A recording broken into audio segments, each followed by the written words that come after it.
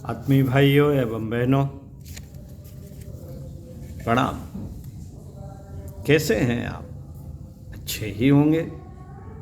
स्वाध्याय, सत्संग, चिंतन, मनन, एकांत सेवन का आनंद ले रहे होंगे।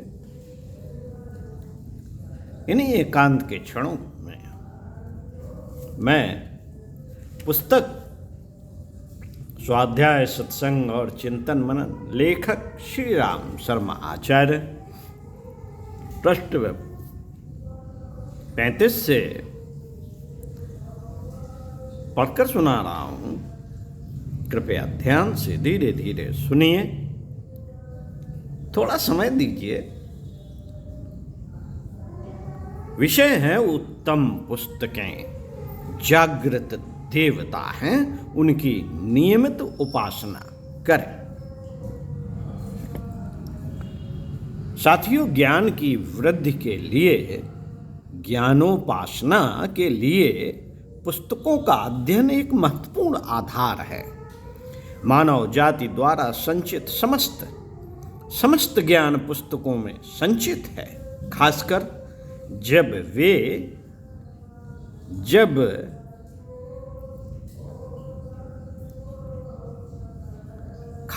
जब से लिखने और छापने का प्रचार हुआ, तब से मानव द्वारा उपलब्ध ज्ञान लिपिबद्ध करके संचित किया जाने लगा। इसलिए उत्तम पुस्तकों का अध्ययन करना व्यक्ति के लिए बहुत ही आवश्यक होता है। अच्छी पुस्तकें एक विकसित मस्तिष्क का ग्राफ होती है। मिल्टन ने कहा है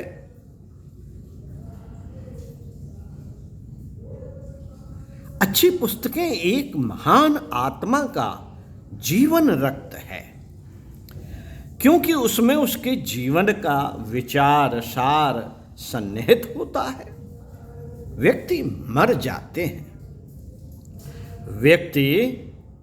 जाते हैं, लेकिन ग्रंथों में उनकी आत्मा का निवास होता है। ग्रंथ सजीव होते हैं। इसलिए लिटन ने कहा है ग्रंथों में आत्मा होती है, सद्ग्रंथों का कभी नाश नहीं होता। मित्रों, उत्तम पुस्तकें विकासशील जीवन के लिए पुस्तकों का साथ होना आवश्यक है, अनिवार्य है, क्योंकि पुस्तकों में ही जीवन का मार्गदर्शन प्रकाश स्रोत मिलता है।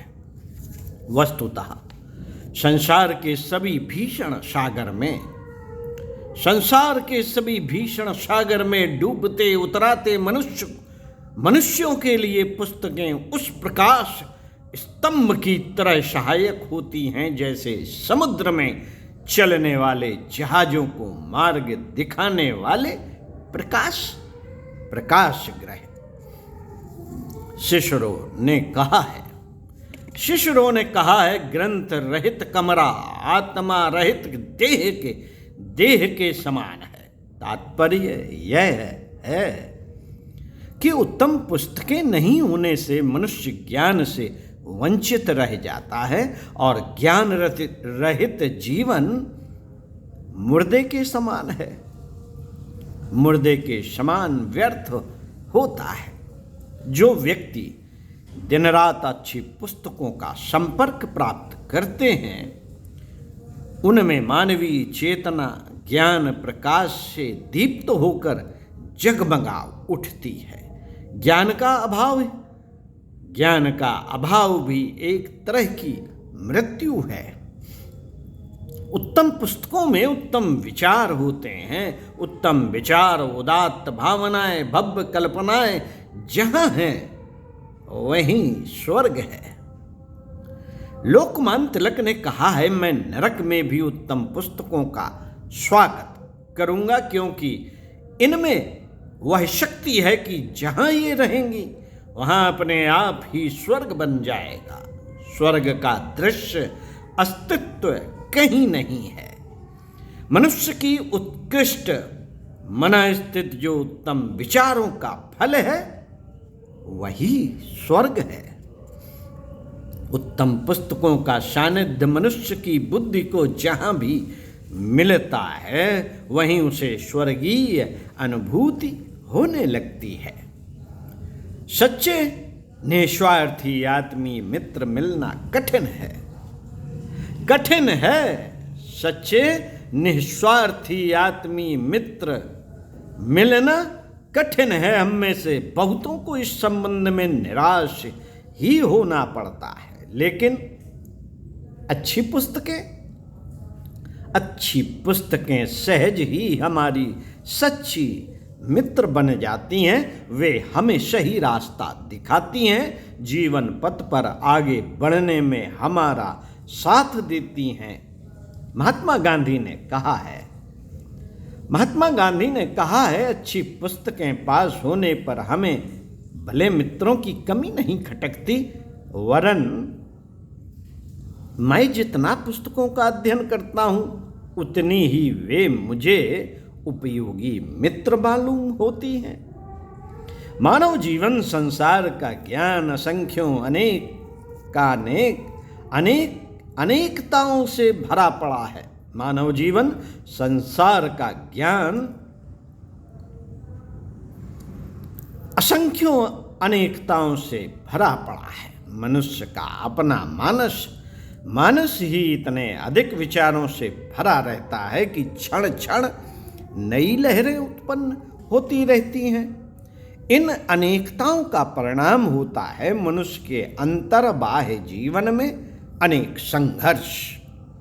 विचार संग्राम में पुस्तकें ही मनुष्य के लिए प्रभावशाली शस्त्र सिद्ध होती हैं। एक व्यक्ति का ज्ञान सीमित एकांगी हो सकता है, लेकिन उत्तम पुस्तकों के स्वाध्याय से मनुष्य अपने आप सही समाधान ढूंढ सकता है। खासकर विचारों के संघर्ष में पुस्तकें ही सहायक सिद्ध होती हैं। पुस्तकें मन को एकाग्र और संयमित करने का सबसे सरल साधन है। अध्ययन करते करते मनुष्य जीवन में समाधि अवस्था को प्राप्त कर सकता है। एक बार लोकमान्य तिलक का ऑपरेशन होना था। इसके लिए उन्हें क्लोरोफार्म सुंघाकर बेहोश करना था, लेकिन इसके लिए उन्होंने डॉक्टर को मना कर दिया और कहा मुझे एक गीता की पुस्तक ला दो, मैं उसे पढ़ता रहूंगा और आप ऑपरेशन कर लेना। पुस्तक लाई गई। लोकमान्य उसके अध्ययन में ऐसे लीन हुए कि डॉक्टरों ने ऑपरेशन किया तब तक वे तनिक हिले भी नहीं, न कोई दुख ही महसूस किया। पुस्तकों के अध्ययन में ऐसे तल्लीनता प्राप्त हो जाती है जो लंबी योग साधनाओं से भी प्राप्त नहीं होती। पुस्तकों के अध्ययन के समय मनुष्य की गति एक सूक्ष्म विचार लोक में होने लगती है। मनुष्य की गति एक सूक्ष्म विचार लोक में होने लगती है। दृश्य जगत, शरीर, यहाँ के कई व्यापार हो हुल्लड़ भी मनुष्य उस समय भूल जाता है। सूक्ष्म विचार लोक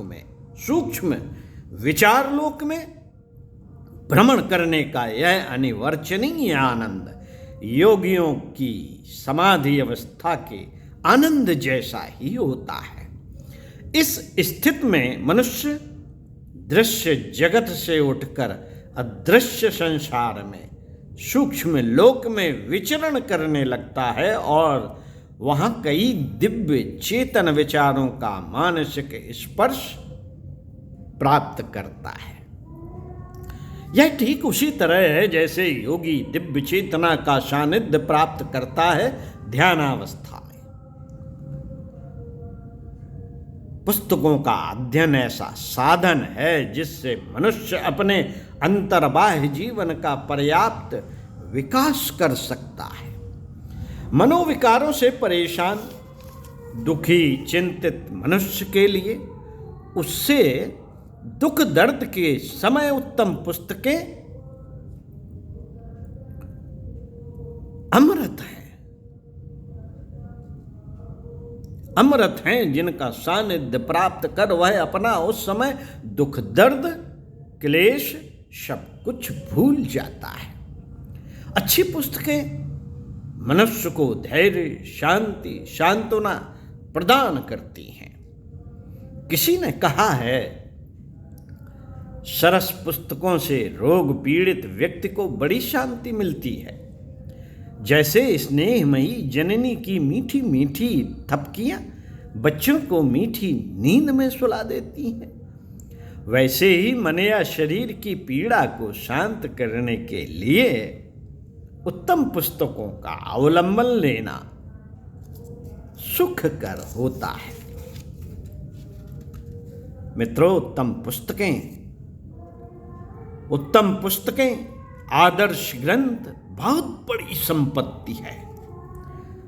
अपनी संतति के लिए उत्तराधिकार में छोड़ने के लिए सर्वोपरि मूल्यवान वस्तु है। संसार में जो अभिभावक अपनी संतान के लिए धन वस्त्र सुख आमोद प्रमोद के साधन न छोड़कर उत्तम पुस्तकों का संग्रह छोड़ जाते हैं, बहुत बड़ी संपत्ति छोड़ते हैं।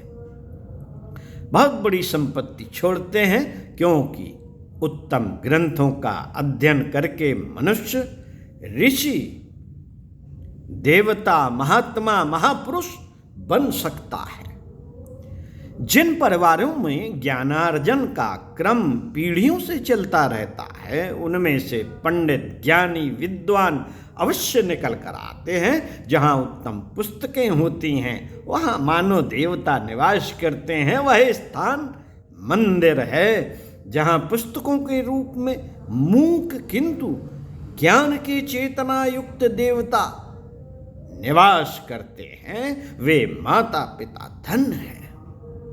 धन्य है वो माता पिता जो अपनी संतान के लिए उत्तम पुस्तकों का एक संग्रह छोड़ जाते हैं, क्योंकि धन संपत्ति साधन सामग्री तो एक दिन नष्ट होकर मनुष्य को अपने भार से डुबो भी सकती है, किंतु उत्तम पुस्तकों के सहारे मनुष्य भवसागर का भयंकर लहरों में भी सरलता से तैरकर उसे पार कर सकता है। जीवन में अन्य सामग्री की तरह हमें उत्तम पुस्तकों का संग्रह करना चाहिए।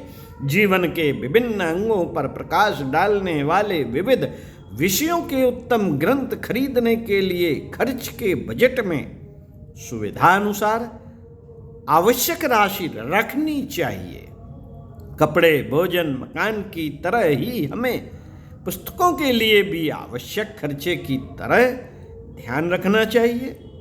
स्मरण रखिए मित्रों, स्मरण रखिए, उत्तम पुस्तकों के लिए खर्च किया जाने वाला पैसा उसी प्रकार व्यर्थ नहीं जाता जिस तरह अंधेरे बियावान जंगल के प्रकाश के लिए खर्च किया जाने वाला धन। एक बात और ध्यान में रखनी चाहिए। एक बात और ध्यान में रखनी चाहिए, वह यह कि पुस्तकें कमरे को सजाने के लिए अथवा प्रदर्शनी लगाने के लिए न खरीदी जाएं, वरन उनका नियमित अध्ययन जीवन के अन्य कार्यक्रमों की तरह ही आवश्यक अंग बना लेना चाहिए। उनसे अधिकाधिक लोगों को ज्ञान मिले, अध्ययन की प्रेरणा मिले, ऐसी सुविधा जुटाते रहना चाहिए।